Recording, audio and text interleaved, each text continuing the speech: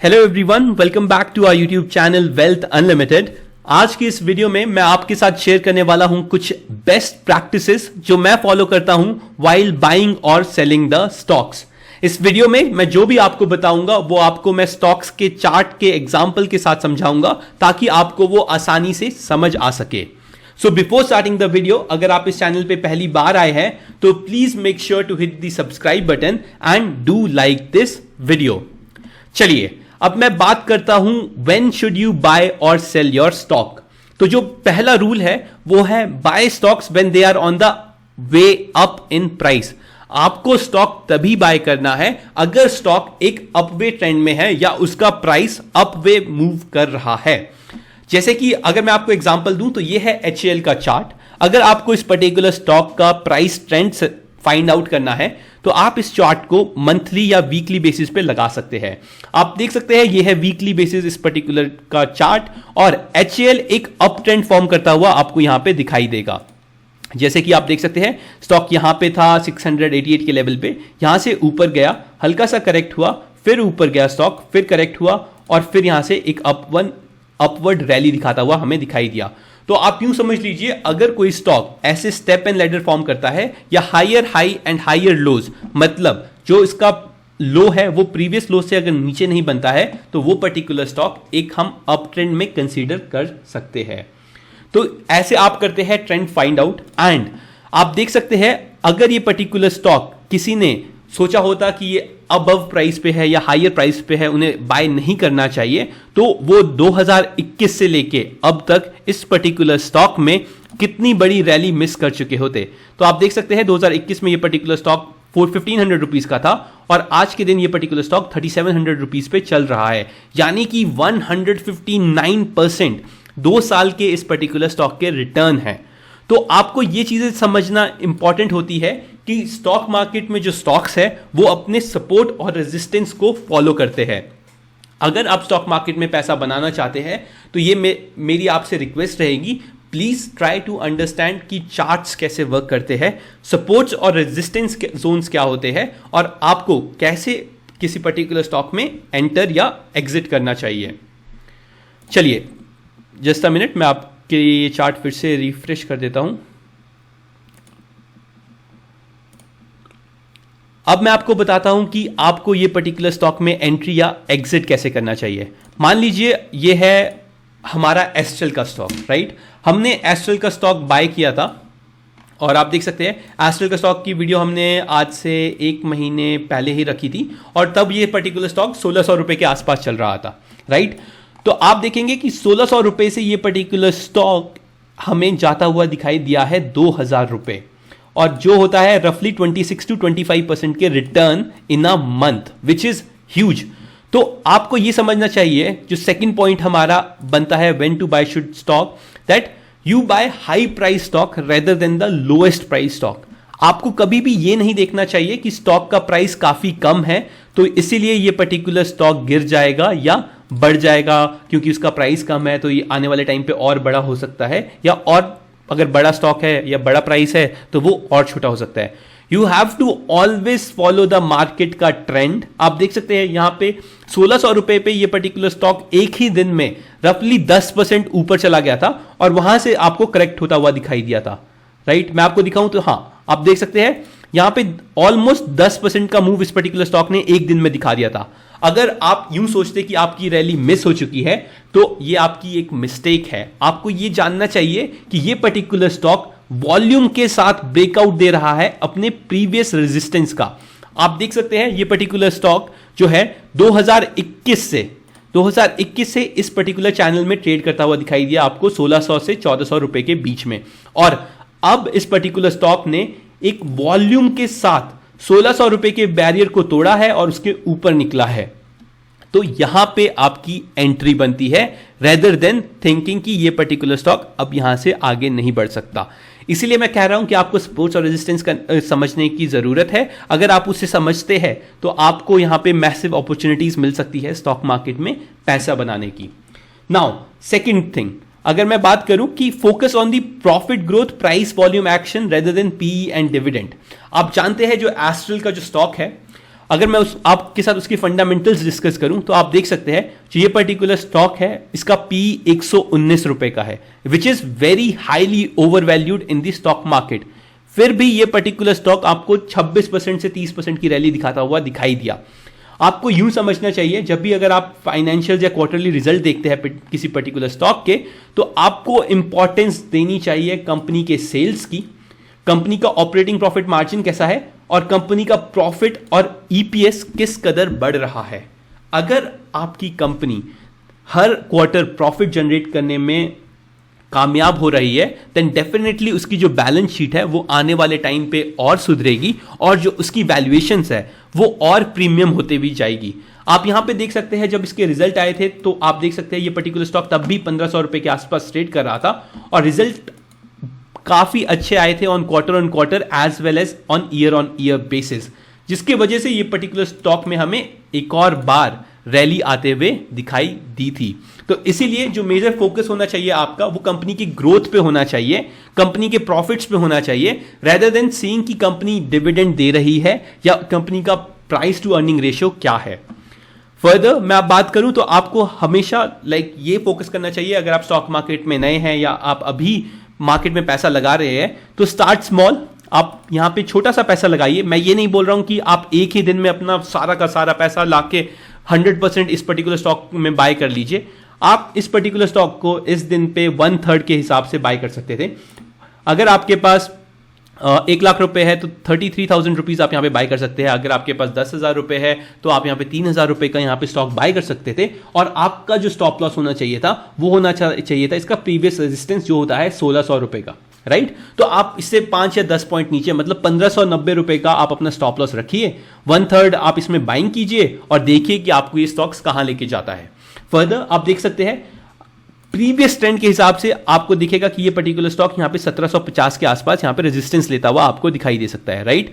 आप देख सकते हैं 2022 की बात है, यहां पे इस पर्टिकुलर स्टॉक ने रेजिस्टेंस लिया था। सिमिलरली वो यहां पे भी आपको होता हुआ दिखाई दिया। 1750 से इसने रेजिस्टेंस लिया और फिर इसका जो प्रीवियस बेस था जो 1650 के आसपास था वहीं से इसने सपोर्ट लेके फिर से एक अपवर्ड जर्नी स्टार्ट कर दी।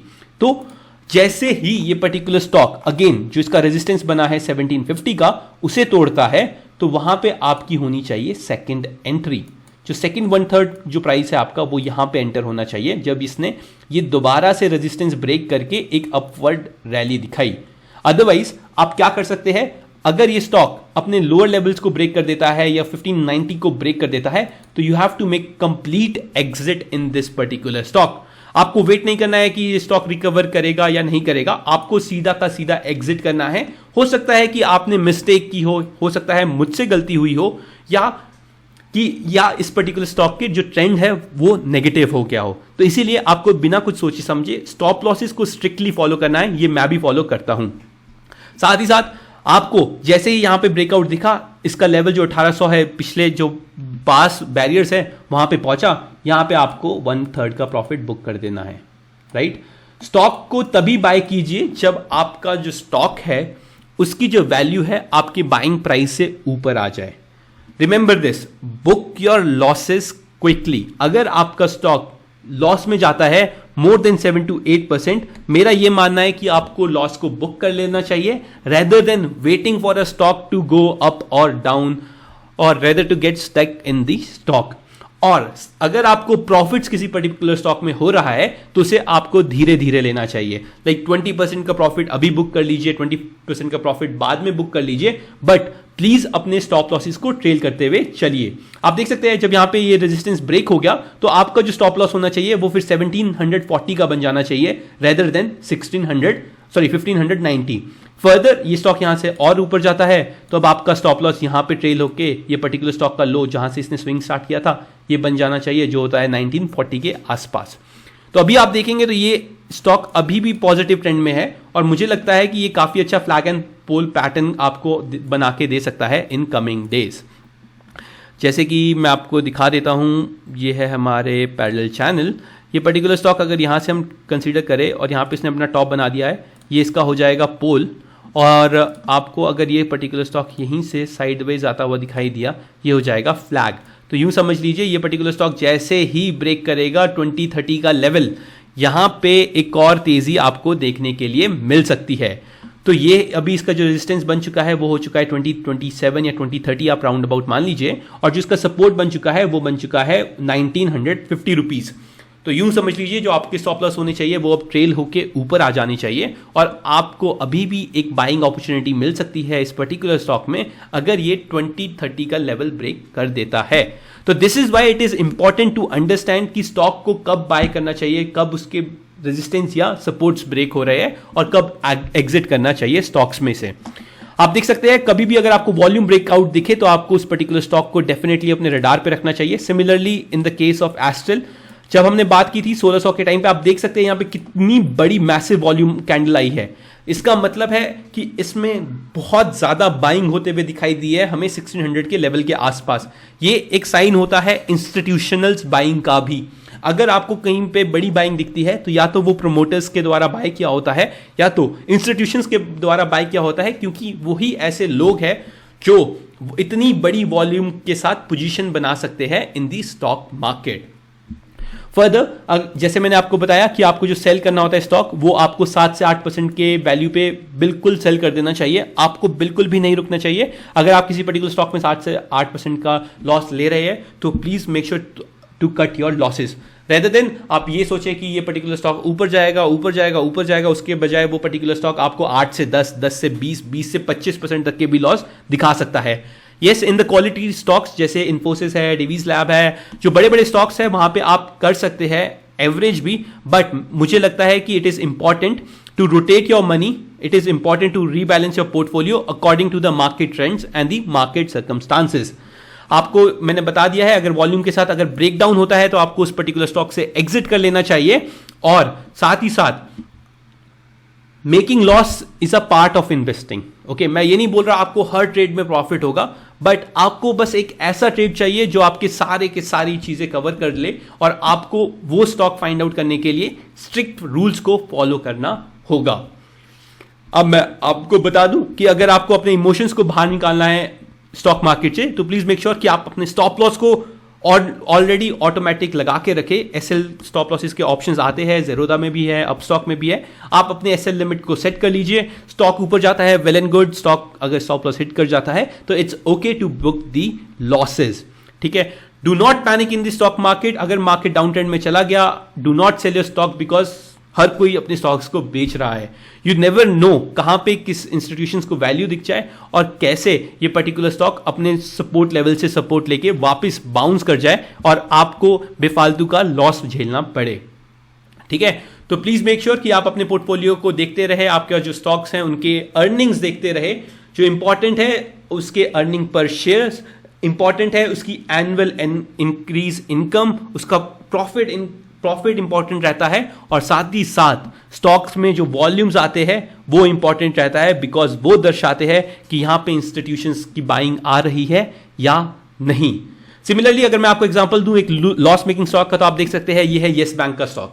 आप देख सकते हैं येस बैंक ऊपर से गिरना स्टार्ट हुआ था, यहां पे काफी हाई वॉल्यूम पे यहां पे लॉसेस होना स्टार्ट हो गए थे, और आप देख सकते हैं जैसे इस पर्टिकुलर स्टॉक ने ये प्रीवियस अपना जो सपोर्ट है जो बनता है 360 रुपीज का, उसे ब्रेक किया तो यहां पे एक मैसिव सेल ऑफ दिखा। मैसिव सेल ऑफ के बाद ये पर्टिकुलर स्टॉक और नीचे जाता गया, यहां पे एक और बार सेल ऑफ दिखा। ये क्लियर कट इंडिकेशंस आपको दिखा रहे हैं कि यहां पे सेलिंग ऑफ हो रही है इस पर्टिकुलर कंपनी में या इस पर्टिकुलर स्टॉक में, तो इसके वजह से आपको यहां पे स्टॉप लॉस रखना इंपॉर्टेंट है, रेदर देन इन होप कि ये पर्टिकुलर स्टॉक आपको ऊपर जाते हुए दिख सकता है in coming days. It's fine, वो स्टॉक ऊपर जाएगा तो हम उसे दोबारा देखेंगे, बट आप अपना कीमती पैसा तो बचा सकते हैं, right? It is all about saving your hard-earned money in the stock market rather than losing it on the stocks like Yes Bank, losing it in the stocks like Suzlon Energy. Lot of people had lost monies in finding penny stocks या cheap valuation stocks. मैं आपको बताना चाहता हूं, please stick with the leaders. Please stick with the leaders of the stocks.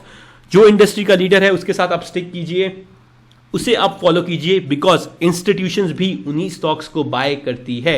अगर कोई stock नया product ला रहा है, न्यू मैनेजमेंट फॉर्म कर रहा है, और अगर उसे पॉजिटिवली लिया जा रहा है मार्केट में, और अगर उसका ग्रोथ आपको आने वाले क्वार्टर्स में अच्छा दिखता है बैलेंस शीट पे, तो स्टिक विद दो stocks. That's it from my side. I hope I was able to give you a little bit information on the how to pick or sell stocks. Please never follow or look for the stocks जो अपने 52 weeks low पे है. आपको क्या पता कल वो और गिरते हुए भी दिखाई दे सकते हैं. Always look for the supports and resistance और वहां पे आपको बाइंग या सेलिंग करनी चाहिए स्टॉक्स की. That's it from my side. Happy investing.